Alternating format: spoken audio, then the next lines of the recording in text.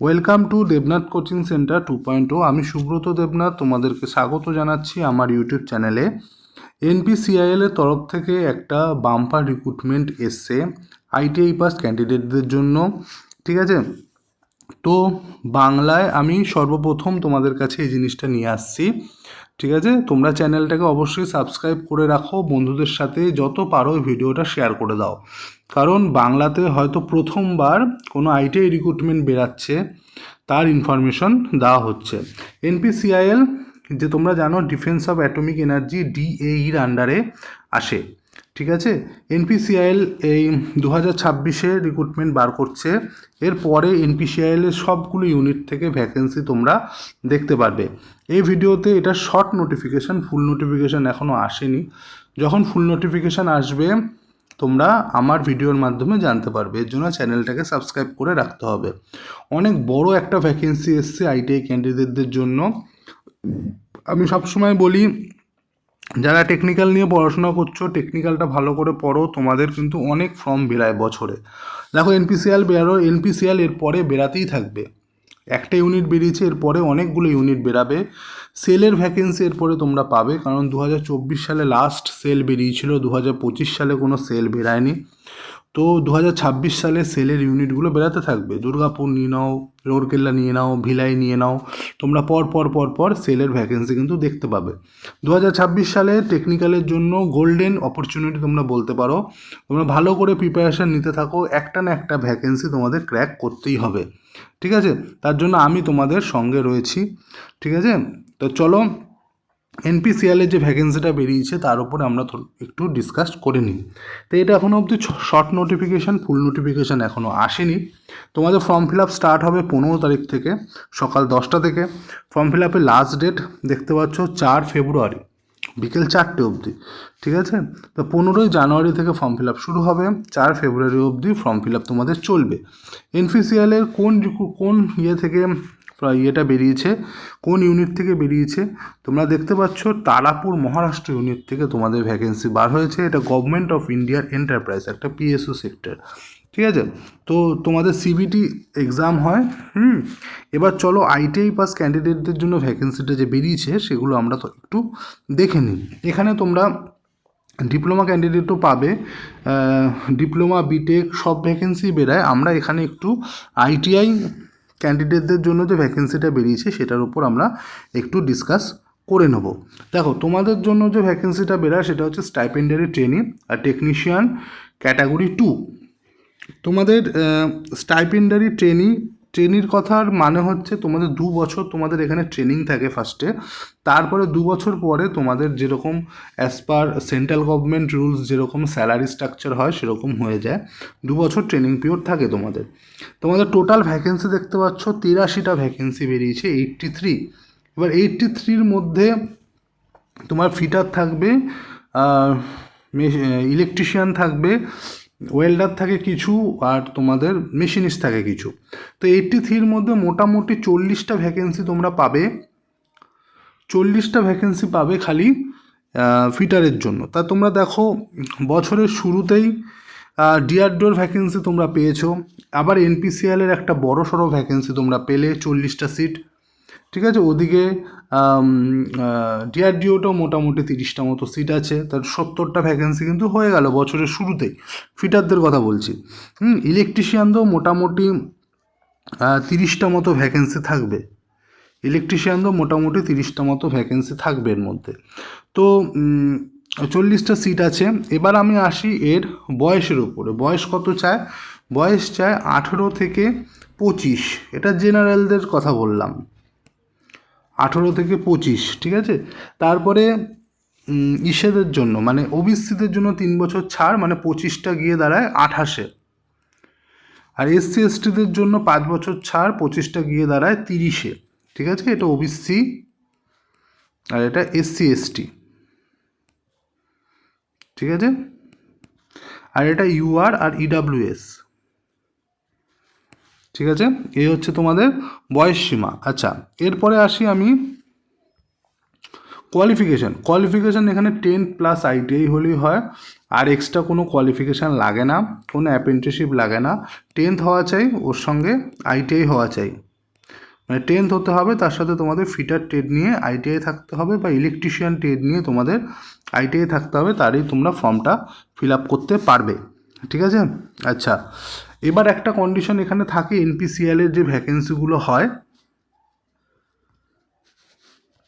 এখানে 10th-এ তোমার ম্যাথ আর সায়েন্সে 50% নাম্বার থাকা চাই, মানে অঙ্কে 50 আর সায়েন্সে মানে লাইফ সায়েন্স ফিজিক্যাল সায়েন্স মিলিয়ে তোমার যে দুটো সাবজেক্ট মিলিয়ে 50% নাম্বার থাকা চাই, তাহলেই তোমরা এই ফর্মটা ফিল আপ করতে পারবে। এই জিনিসটা থাকে। তো এর জন্য সবাই এই ফর্মটা ফিল আপ করতে পারে না, যাদের এই নাম্বারটা আছে আর বয়স আছে তারা অবশ্যই ফিল আপ করো। ঠিক আছে, এই গেল তোমাদের ক্রাইটেরিয়া। এবার আসছে সিলেবাস কি থাকে। NPCL দুটো টার্মে পরীক্ষা হয়, একই দিনে দুটো পরীক্ষা হয়ে যায়। প্রথমটা হচ্ছে স্ক্রিনিং টেস্ট, তারপরেরটা হচ্ছে অ্যাডভান্স টেস্ট। স্ক্রিনিং টেস্টে তোমাদের 50টা কোশ্চেন থাকে, এর জন্য 1 ঘন্টা সময় দেওয়া হয়। স্ক্রিনিং টেস্টের সিলেবাস হচ্ছে, এটা তোমাদের কোয়ালিফাইং নেচার হয়। তুমি যতই নাম্বার পাও স্ক্রিনিং টেস্টে 50 নম্বরের মধ্যে, সেই নাম্বারটা তোমাদের অ্যাড হয় না। তোমার অ্যাডভান্স টেস্ট যেটা হবে 50 নম্বরে, সেইটার উপরেই মেরিটটা হয়। ঠিক আছে, এটার উপরে কোনো মেরিট কিন্তু হয় না। এখানে সিলেবাস কি থাকে, তোমার সায়েন্স থাকবে, ম্যাথ থাকবে আর জেনারেল অ্যাওয়ারনেস থাকে। সায়েন্স থাকে 20 নম্বর, ম্যাথ থাকে 20 নম্বর আর জেনারেল অ্যাওয়ারনেস থাকে 10 নম্বর। ঠিক আছে, এটাতে তোমাকে খালি কোয়ালিফাই করতে হবে, একটা কোয়ালিফাইং মার্কস বলে দেবে, সেই কোয়ালিফাইং মার্কসটা পেলেই তোমরা সেকেন্ড পরীক্ষায় বসতে পারবে, কিন্তু কোয়ালিফাইং মার্কসটা কিন্তু তোমাদের পেতে হবে। ঠিক আছে, এটা গেল তোমাদের স্ক্রিনিং টেস্ট 50 নম্বর। এখানে -1 নেগেটিভ মার্কিং কিন্তু থাকে স্ক্রিনিং টেস্টের মধ্যে। এবার আসছে অ্যাডভান্স টেস্ট। এখানে একই দিনে হয়ে যাবে, স্ক্রিনিং টেস্ট কোয়ালিফাই করলেই তোমরা লিস্ট বেরাবে, সেই দিনই লিস্ট বেরিয়ে যায়, তো তোমরা তারপরে অ্যাডভান্স টেস্টে বসতে পারবে। এইখানে 50 নম্বরই টেকনিক্যাল পেপার হয়, 50 নম্বরই টেকনিক্যালের পেপার হয়, মানে তুমি যদি ফিটার ট্রেড হয় তো ফিটার থেকেই 50টা কোশ্চেন আসবে। ঠিক আছে, এর জন্য সময় দেওয়া হয় 2 ঘন্টা। ব্যাপারটা বুঝতে পারলে? আচ্ছা, এবার এই যে 50 নম্বরের যে টেকনিক্যাল পেপার হবে, আমি তোমরা সবাই জানো যে আমি একটা ব্রহ্মাস্ত্র নামে একটা PDF তৈরি করছি। এখানে প্রায় 6000+ কোশ্চেন আছে। ঠিক আছে, আর প্রত্যেক একদিন অন্তর বা প্রত্যেক দিনই আমি একটা করে টপিক আলোচনা করছি। আশা করছি 50টা কোশ্চেন তোমরা সেখান থেকেই পেয়ে যাবে। ঠিক আছে, কারণ ওর বাইরে আর কোনো কোশ্চেন হয় না। ফিটার ট্রেডের কথা বলছি, ফিটার, টার্নার, মেশিনিস্ট, এই 3টে ট্রেডের কথা বলছি। এর বাইরে থেকে কোনো কোশ্চেন হয় না। এই যে 50টা নম্বরের অ্যাডভান্স টেস্ট তোমাদের হবে, মোটামুটি এইখান থেকেই তোমরা সমস্ত কোশ্চেন পাবে। তোমরা চ্যানেলের প্লেলিস্টে যাবে, ব্রহ্মাস্ত্র বলে একটা প্লেলিস্ট করা আছে, সেখানে আমি টপিক ওয়াইজ প্রত্যেক দিনই আলোচনা করছি। যেমন ধরো মাইক্রোমিটার আলোচনা করা হয়েছে, ডিভাইডার করা হয়েছে, স্ক্রাইবার করা হয়েছে, হ্যাকশো ব্লেড, হ্যাকশো ফ্রেম নিয়ে আলোচনা করা হয়েছে। তো এই সমস্ত টপিকগুলো এখন অবধি হয়ে গেছে। আগামী দিনে প্রত্যেকটা টপিকই আমি আলোচনা করব ফিটার ট্রেডের। তোমরা যদি প্রত্যেকটা ভিডিও মন দিয়ে দেখো, তোমাদের আর কোনো কোশ্চেন আটকাবে না, এইটুকু কথা আমি বলতে পারি। এই 50টা কোশ্চেনের মধ্যে তোমরা সবাই মোটামুটি 45+ করে আসতে পারবে। ঠিক আছে, ব্যাপারটা ক্লিয়ার হলো? তোমাদের এবার CBT এক্সাম হবে। ঠিক আছে, এই হচ্ছে ব্যাপার। তা পুরোটা বলে দিলাম তোমাদেরকে। তোমরা যারা ফর্মটা ফিল আপ করতে চাও অবশ্যই ফর্মটা ফিল আপ করো, ভালো করে টেকনিক্যাল পড়ো। শুধুমাত্র NPCLই তোমরা মোটামুটি সবগুলো ইউনিট মিলিয়ে 100টার উপরে ভ্যাকেন্সি পাবে শুধুমাত্র ফিটারে। একটা ইউনিটেই তোমরা বলে দিলাম আমি, একটা ইউনিটেই 40টা ভ্যাকেন্সি পেয়ে যাবে, শুধুমাত্র তারাপুর ইউনিটে। এরপরে তো সবগুলো NPCL বেরাবে। ঠিক আছে, এরপরে রাওয়াটভাটা পাবে রাজস্থানে যেটা আছে। ঠিক আছে, এরকমভাবে গোরক্ষপুর পাবে, এরকমভাবে প্রত্যেকটা ইউনিট থেকে ভ্যাকেন্সি বার হতে থাকবে। ঠিক আছে, NPCL যখন একটা বেরিয়েছে সবগুলো বেরাবে, অনেকটা ইসরোর মতো। ইসরোর একটা ইউনিট বেরালে সবগুলো ইউনিট বেরায়, সেলও তাই। সেলের একটা ইউনিট যদি বেরায়, দুর্গাপুর বেরালে আবার রৌরকেল্লা বেরায়, বার্নপুর বেরায়, ভিলাই বেরায়, এরকমভাবে বেরাতে থাকে। সেমভাবে এই ডিপার্টমেন্টও এরকমভাবেই কাজ করে, একটা ইউনিট বার হলে পরপর আরও ইউনিটের ভ্যাকেন্সি বার হতে থাকে। তা তোমরা কোমর বেঁধে নাও, আমি তোমাদের সঙ্গে আছি। ভালো করে প্রিপারেশন নাও। আশা করি যেগুলো তোমাদের করাচ্ছি এর বাইরে থেকে কোনো কোশ্চেন আসবে না, ঠিক আছে। বর্তমানে WBPTCL এর ভ্যাকেন্সি চলছে, 140টা সিট ছিল ফিটারের, ঠিক আছে। তো তারপরে তোমরা DRDOর ভ্যাকেন্সি পেলে, এখানে 30+ সিট রয়েছে। তারপরে তোমরা NPCL এর একটা ভ্যাকেন্সি পেলে, দেখো এখানে 40টা সিট রয়েছে। তাহলে কতগুলো সিট হয়ে গেল দেখো, 140, 40, 180, 210খানা সিট তোমরা পেয়ে গেলে। বুঝতে পারছো?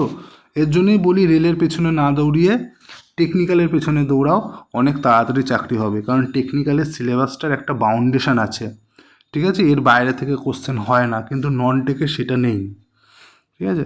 আচ্ছা, এইটুকুই, ঠিক আছে। তো যদি কারো কোনো কোশ্চেন থাকে ভিডিওর কমেন্ট সেকশানে কমেন্ট করো, ঠিক আছে। তো এতটাই রইল, চ্যানেলটা একদমই নতুন, তোমরা চ্যানেলটাকে সাবস্ক্রাইব করো, বন্ধুদের সাথে শেয়ার করো যত পারো এই ভিডিওটা, ঠিক আছে। দেখা হচ্ছে নতুন একটা ভিডিওতে, আজকে এতটুকুই।